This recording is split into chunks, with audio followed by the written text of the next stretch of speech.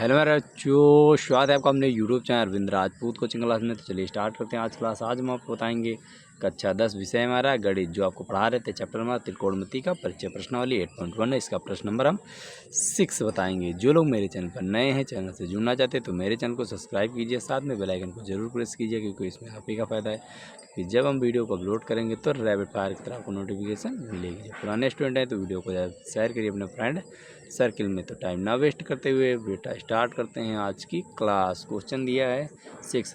यदि angle A यानी कोण ए और कोण बी न्यून कोण हों, ठीक है, कौन से कोण हों?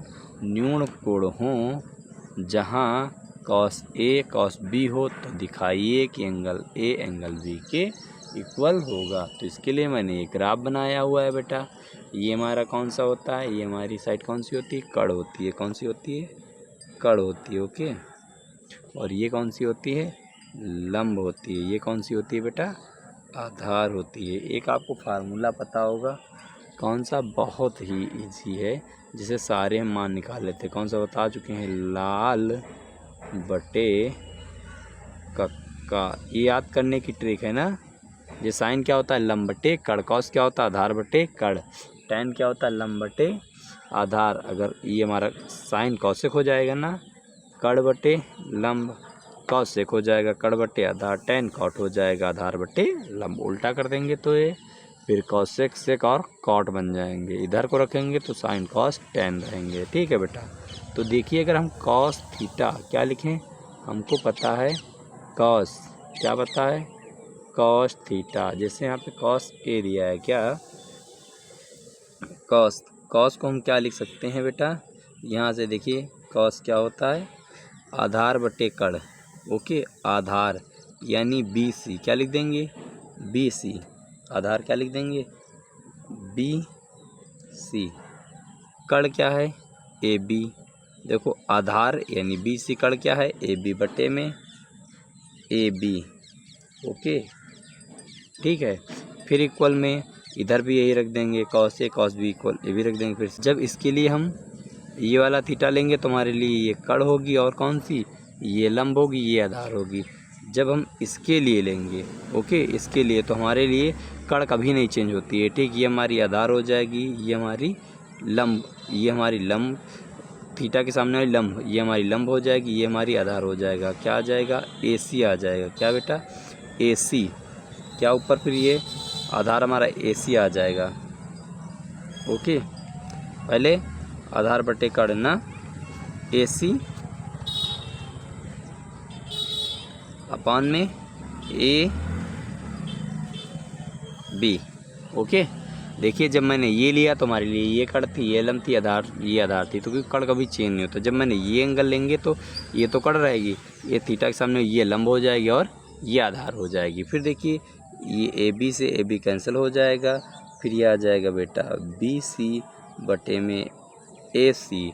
अब देखिए, जो एंगल हमारा बी सी है, क्या है? एंगल ये दिख रहा होगा, एंगल बी और सी इक्वल है एंगल ए, यानी बी सी की जगह क्या लिख सकते हैं? Angle A. और angle A C, angle A C equal किसके है? एंगल बी के है। किसके एंगल है बेटा? बी के। तो ये हमारा क्या हो गया? हमको सिद्ध करना था, ये सिद्ध हो गया है। ओके बेटा, प्रूफ हो गया। यहाँ पे लिख दीजिएगा प्रूफ। इसमें कुछ ज़्यादा करना नहीं था, समझ में आ गया होगा। बस फार्मूला लगा दीजिए। एक बार ये वाला एंगल ले लीजिए तो इसके लिए कड़ आधार ये हो जाएगी। जब ये लीजिए तो इसके लिए लंबी ये हो जाएगी, आधार ये वाली हो जाएगी। समझ में आ गया होगा बेटा। आप देखते हैं नेक्स्ट क्वेश्चन। ओके, तो इसमें क्या दिया हुआ है बेटा? इसमें दिया है, यदि कॉट थीटा 7 बटे के कितने हो? 8 हो। 7 बटे 8 हो तो ज्ञात करना है 1 plus sine theta 1 minus sine theta upon में 1 plus cos theta 1 minus cos theta. ये दूसरा कॉट स्क्वायर थीटा का मान ज्ञात कीजिए। इन दोनों का हमको मान ज्ञात करना। तो सबसे पहले हमको क्या बनाना पड़ेगा बेटा? ग्राफ बनाना पड़ेगा। ओके, ग्राफ कैसे बनेगा? ऐसे इसका ग्राफ बना देंगे। ऐसे बनाइए, ऐसे बनाइए, दोनों की। ये वाला है, ये वाली हमारी कड़ है बेटा। कौन सी? ये हमारी कड़ है, ये हमारी लंब है, ये हमारी आधार है। अब हम कुछ भी ले सकते हैं। ठीक है, ये हम ए मान लिए, इसको हम बी मान लिए, इसको हम सी मान लिए। ओके, ये क्या ले लिए? थीटा। देखिए अभी आपको बताया था कैसे लिखते हैं, लाल बटे का ये तो यहीं पे लिखा हुआ। अगर आधार ये क्या होता है tan लंब बटे आधार, तो कॉट क्या हो जाएगा आधार बटे लंब, यानी हमारा कॉट जो ये दिया है यहाँ पे आपको कॉट थीटा 7/8। तो ये बेटा हमारा आधार कितना है हो जाएगा, ये 7 हो जाएगा। ओके, आधार बटे लंब कितना हो जाएगा हमारा 8। अब हमको ये वाली साइड याद करनी है, ठीक है, ये वाली साइड याद करनी है। इसके लिए हम पाइथागोरस थ्योरम यूज़ करेंगे, यानी पाइथागोरस थ्योरम को बोलते हैं परिमेय। पाइथागोरस परिमेय। ओके, पाइथागोरस परिमेय क्या होती है बेटा, कर्ण का स्क्वायर बराबर लंब का स्क्वायर प्लस आधार का स्क्वायर। तो हमको वैल्यू चाहिए कर्ण की, तो इसी फार्मूले में पुट करेंगे अब नेक्स्ट पेज पे। ठीक है बेटा, तो उधर उस पेज पे ग्राफ था, इस पेज पे भी मैंने बता दिया, क्योंकि यही तुम्हारी क्या थी, ये कर्ण थी, ये लंब थी, आधार थी।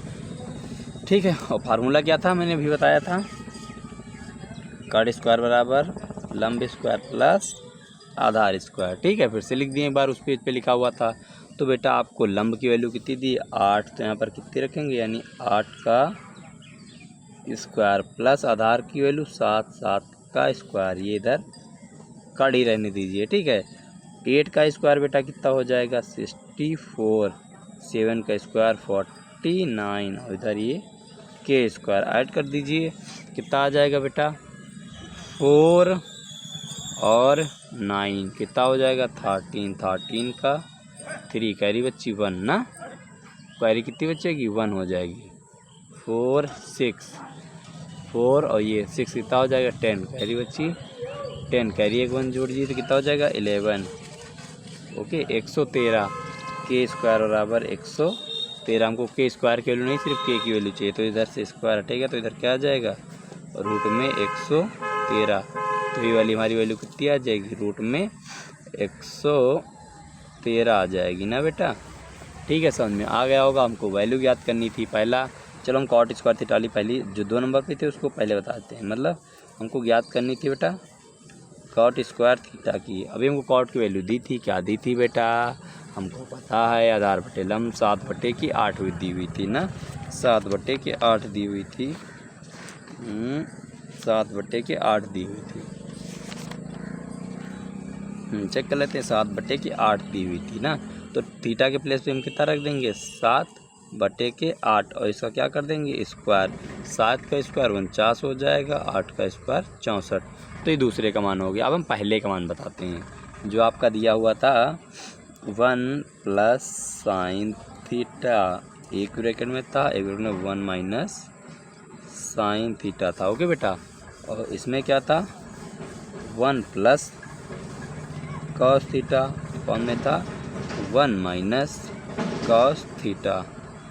ओके, ठीक है बेटा, तो हमको किसकी साइन थीटा और कॉस थीटा की वैल्यू चाहिए, किसकी साइन थीटा और कॉस थीटा की। साइन क्या होता है फिर से बता देते हैं, इधर लिख देते हैं लाल बटे के कक्का, लंब बटे कर्ण। साइन कितना हो, साइन क्या होता है लंब बटे कर्ण। लंब कितना है बेटा मेरा 8 है, और कर्ण कितना है रूट में 113 है।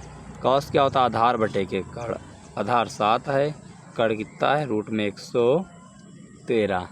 ठीक है, तो जहाँ जहाँ पे हमको साइन थीटा दिख रहा है वहाँ पे ये पुट करेंगे 8 के रूट 113, और जहाँ पे कॉस दिख रहा है वहाँ पे 7 के रूट 113। उससे पहले बट इसको हम सॉल्व कर लेंगे और इजी बना लेंगे। ठीक है बेटा, अभी देखिए कितना इजी बनाते हैं। देखिए एक ब्रैकेट में a प्लस बी, एक ब्रैकेट में a माइनस बी, तो इसको हम क्या लिख सकते हैं बेटा, क्या लिख सकते हैं, क्या होता है formula a square minus B square ना बेटा, a square minus B square, यानी sine square theta. Okay, upon में 1 का ये भी वही फार्मूला हो जाएगा 1 माइनस कॉस स्क्वायर थीटा।